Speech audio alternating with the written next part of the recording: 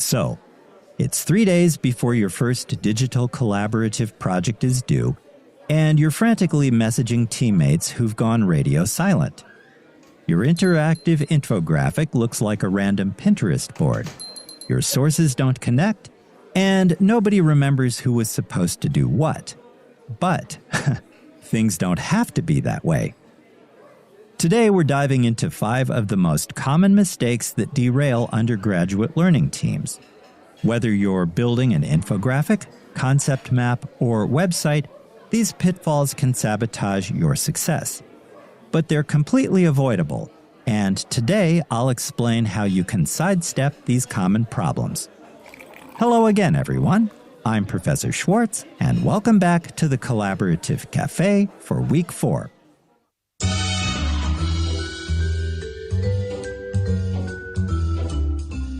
Welcome to the Collaborative Café, where we brew up innovative approaches to student collaboration and development of 21st century skills.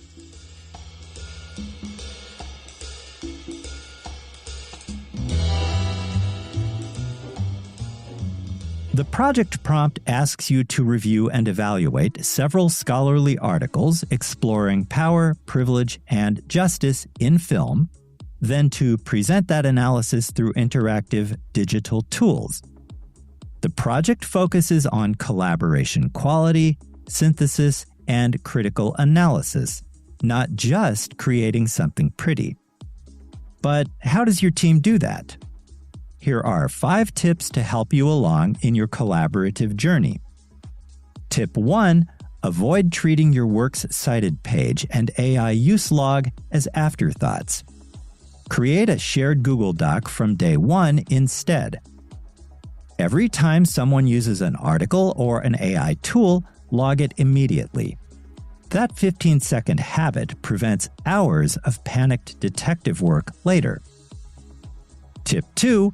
Don't mistake task division for actual collaboration.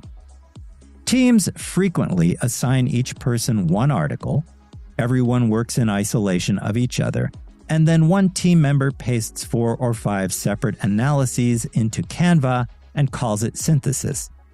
But that's not collaboration. It's parallel play.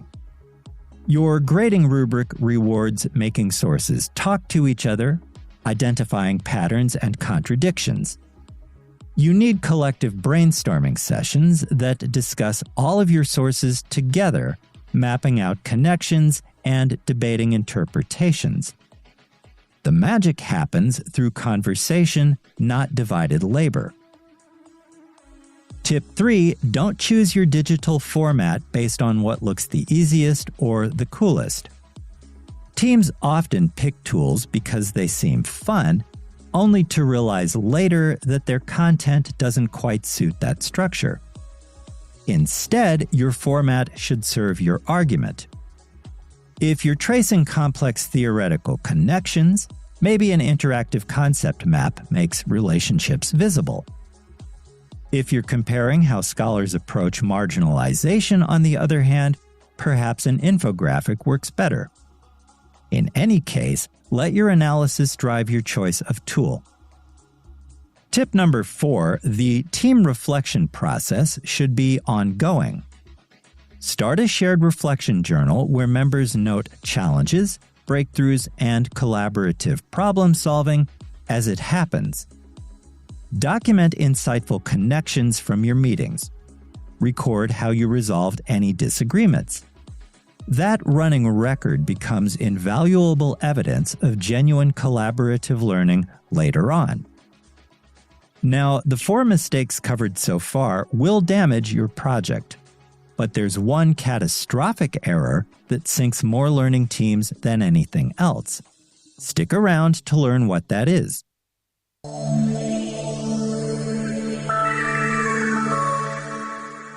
Okay, here's the plague-level mistake that your team wants to avoid at all costs.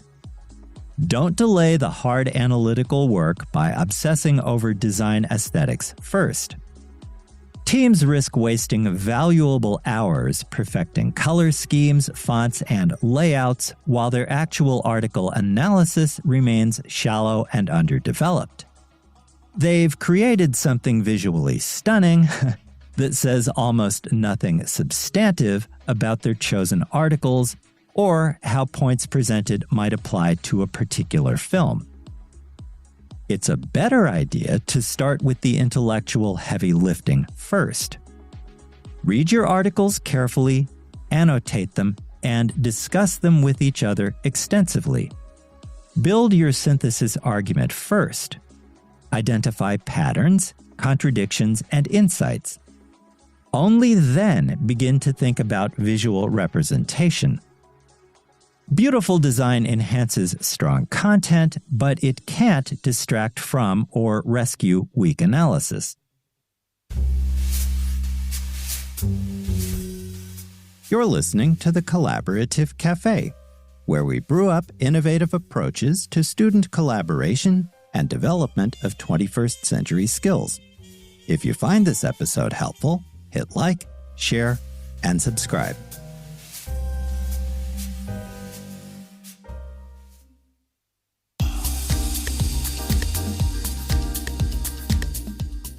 Okay, let's recap the 5 essential points that will help your learning team succeed with collaborative project number 1.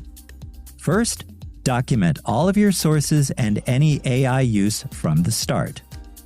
2, prioritize true synthesis of member efforts over task division. 3, choose your digital format strategically. 4, maintain an ongoing reflection process.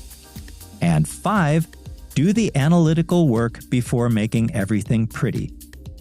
Now, schedule your next team meeting right away, set up your shared documentation systems, and start reading those articles together. Your future selves will thank you. Okay, everyone, that'll do it for today. Next time, I'll cover how your learning team can wrap up its first project to a reasonable standard, even when time is running short. Until then, thanks for joining me in the Collaborative Café. I'll see you in class or during Zoom office hours if you drop by with a question. In the meantime, have a healthy, safe, and productive week. With special regards from Onyx, the cat what am. Bye for now.